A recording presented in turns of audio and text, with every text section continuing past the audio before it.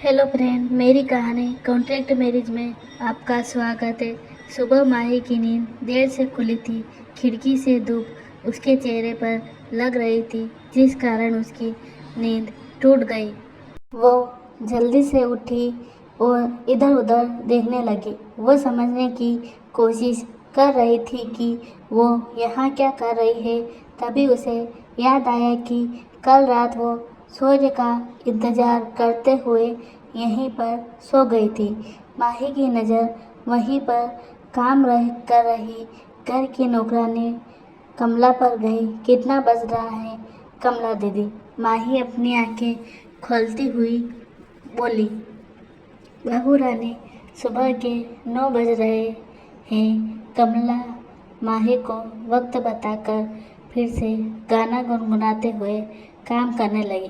क्या 9 बज रहे हैं? आज मैं इतनी देर तक कैसे सोती रही? माही खुद में ही बड़बड़ाते हुए बोली। अच्छा कमला दीदी, सूर्या आज गए क्या? हाँ, सूर्य बाबा तो कल रात को ही आ गए थे। वो अपने कमरे में है, शायद सो रहे होंगे। कमला अपना काम करते हुए बोली। क्या सूर्या कल रात को आ गए थे, फिर भी उसने मुझे उठाया नहीं? माही सोचते हुए बोली। माही जल्दी से उठी और ऊपर अपने कमरे की तरफ जाने लगी। सूर्या, तुम कल क्यों नहीं आए? मैं तुम्हारा पूरी रात इंतज़ार कर रही थी। सनाया गुस्से में सूर्य से फ़ोन पर बात कर रही थी। सॉरी सनाया, कल रात मीटिंग देर से ख़त्म हुई थी और थकान के मारे मुझे याद ही नहीं रहा कि मुझे तुम्हारे घर जाना था। अच्छा ये बताओ कि तुमने कुछ खाया कि नहीं? सूर्या सर पर हाथ रखते हुए बोला। उसके सर में बहुत दर्द हो रहा था। ऑफ कोर्स खा लिया है। और तुम्हें क्या लगा कि मैं पूरी रात भूखी रहती? जब तुमको मेरी नहीं पड़ी है तो फिर मैं क्यों तुम्हारी फिक्र करूँ हूँ? सूर्य को सनाया की ये बातें अच्छी नहीं लग रही थी। सनाया तो ऐसे बोल रही थी जैसे उसको सूर्या से प्यार ही नहीं है। यार सनाया, माफ़ कर दो यार, सच में कल मेरी तबीयत ठीक नहीं थी। सूर्य उठते हुए बोला। मैं कुछ नहीं जानती सूर्या, मुझे तुमसे बात ही नहीं करनी है। सनाया गुस्से में बोलती जा रही थी। ठीक है, मत करो बात। यार तुमको अपने सिवा कोई और नहीं दिखता क्या? मैं कब से तुमसे माफ़ी मांग रहा हूँ और तुम हो कि समझ ही नहीं रही हो। यार कभी कभी मुझे लगता है कि तुम मुझसे प्यार ही नहीं करती हो। सूर्य चिल्लाते हुए बोला। सनाया को लगा कि उसने कुछ ज़्यादा ही बोल दिया है। नहीं नहीं, मुझे सूर्या को शक नहीं होने देना है। मैं अपनी मंजिल के इतने करीब हो के हार नहीं सकती हूँ। सनाया मन में सोच रही थी। ओ मेरा बेबी, गुस्सा हो गया। सॉरी बेबी, मेरा इंटेंशन तुमको गुस्सा दिलाने का नहीं था। यार वो क्या है ना कि मैं कल पूरी रात भूखी प्यासी तुम्हारा वेट कर रही थी और तुम आए नहीं ना, तो थोड़ा गुस्सा आ गया था। अच्छा अब तुम्हारी तबीयत कैसी है बेबी? सनाया बहुत प्यार से बोली। हाँ ठीक हूँ।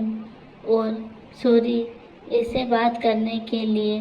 ठीक है, मैं तुमसे बाद में बात करता हूँ। बेबी मैं कुछ देर बाद तुमसे मिलने तुम्हारे घर पर आ रही हूँ। ओके ठीक है, मैं तुमसे कुछ देर बाद मिलता हूँ। Bye bye baby, I love you. हाँ बाय। सूर्य फ़ोन बेड पर डालकर नहाने चला जाता है। इस सूर्य की हिम्मत कैसे हुई मुझसे ऐसे बात करने की। सनाया गुस्से में फ़ोन रखते हुए बोली।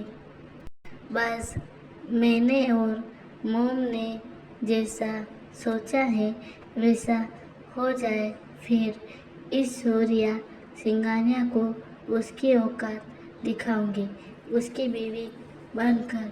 हाँ, सनाया शैतानी मुस्कान चेहरे पर लाती हुई बोली। माही कमरे का दरवाज़ा खोला तो देखा कि सूर्या आईने के सामने अपने बाल बना रहा था। वो धीरे से अंदर चली गई और बेड के पास खड़ी हो गई। सूर्य ने एक नज़र उसकी तरफ देखा और कोई प्रतिक्रिया न देता हुआ फिर से आईने में देखते हुए बाल बनाने लगा। तुम कल कितने बजे आए थे? माही हिम्मत करते हुए बोली। क्यों, क्या करोगी जानकर? सूर्य उसे आईने में देखता हुआ बोला। नहीं, कुछ नहीं, मैं तो ऐसे ही पूछ रही थी। वैसे तुम अगर कल रात को आ गए थे तो मुझे उठा देते।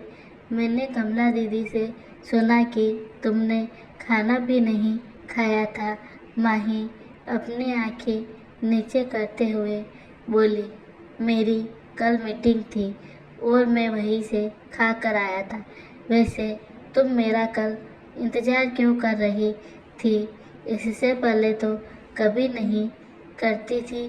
मैं तुम्हारा इंतज़ार तो कब से कर रही हूँ सूर्य, पर तुमको मेरी तपस्या और मेरा प्यार तो दिखता ही नहीं है। हर रोज़ मैं तुम्हारा इंतज़ार करती हूँ और फिर भूखे पेट सो भी जाती हूँ। खैर तुमको ये सब कभी नहीं दिखेगा सूर्य। माही सूर्य की तरफ देखते हुए मन ही मन में बोल रही थी। अब क्या हो गया? तुम क्यों ऐसे, क्यों भूत बनी खड़ी हो? सूर्य ने उसे हैरानी से देखते हुए बोला। नहीं, कुछ नहीं। अगर कुछ नहीं है तो जाओ यहाँ से। वैसे भी मेरा सर दर्द से फटा जा रहा है। सूर्य परेशान होते हुए अपने सर पर हाथ रखते हुए बोला। क्या तुम्हारे सर में दर्द हो रहा है? लाओ मैं दबा दूँ। माही सूर्य की तरफ हाथ बढ़ाते हुए बोली। दूर हटो, मैं ठीक हो जाऊंगा। अरे ऐसे कैसे ठीक हो जाओगे? देखो दर्द की वजह से शक्ल भी कैसी लग रही है। मैं तुम्हारा सर दबा देती हूँ।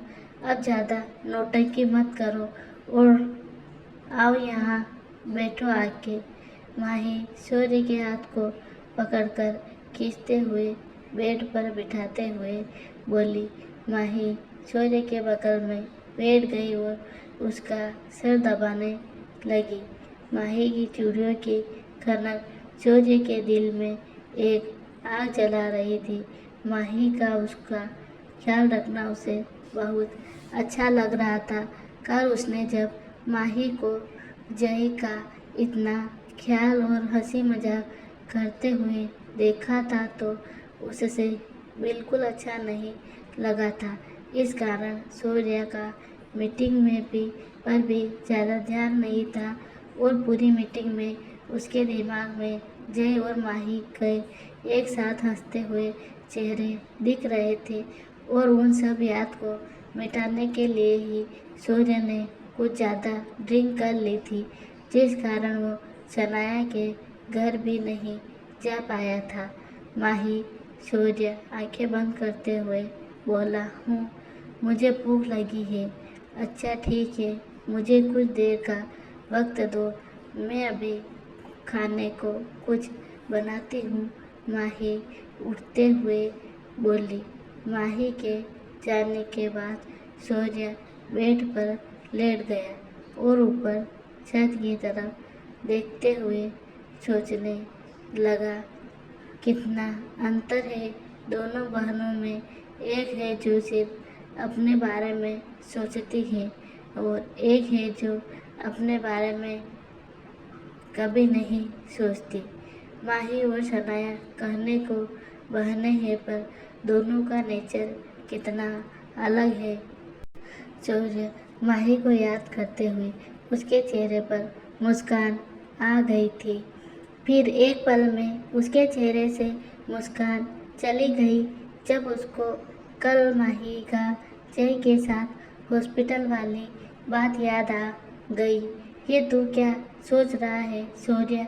तू भूल मत, तू सनाया से प्यार करता है और माही के लिए तेरे दिल में कोई जगह नहीं है। तो अपना कॉन्ट्रैक्ट भूल रहा है। 1 साल बाद माही और तेरा डिवोर्स हो जाएगा, समझा कुछ? सूर्य धीरे से बुदबुदाते हुए बोला। धन्यवाद।